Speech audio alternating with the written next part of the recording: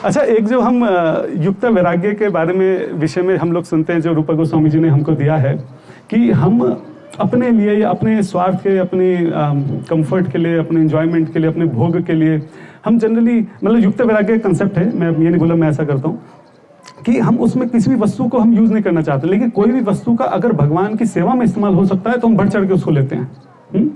तो ये जो कंसेप्ट है ये एक्चुअल में भक्ति सिद्धांत सरस्वती महाराज ने ढंग से उसको इम्प्लीमेंट किया है, क्योंकि इससे पहले जितने भी हमारे आचार्य रहे हैं जनरली वो बहुत विरक्त रहे हैं, उन्होंने तपस्या करी है और एक धाम में रहे हैं और जप किया है और वो सब चीज़ें करी है।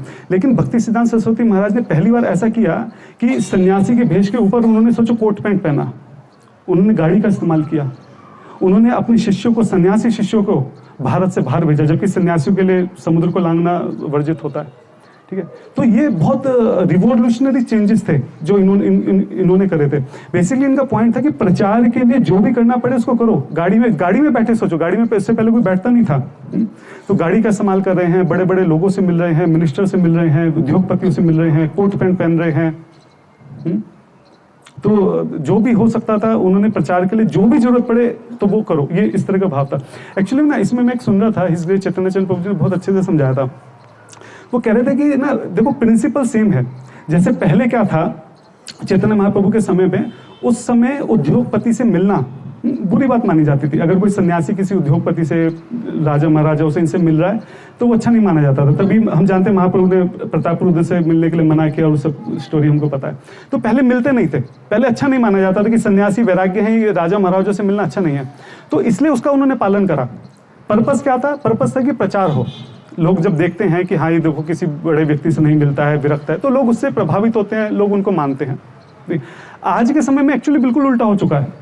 आज के समय में हम देखते हैं कि जो गुरुजन हैं, जो भी बड़े बड़े साधु संत हैं, जब वो बड़े बड़े लोगों से मिलते हैं, मिनिस्टर से मिलते हैं, पॉडकास्ट में आते हैं आजकल सोशल मीडिया पे या इधर उधर, तो लोग उनकी बात ज़्यादा सुनते हैं।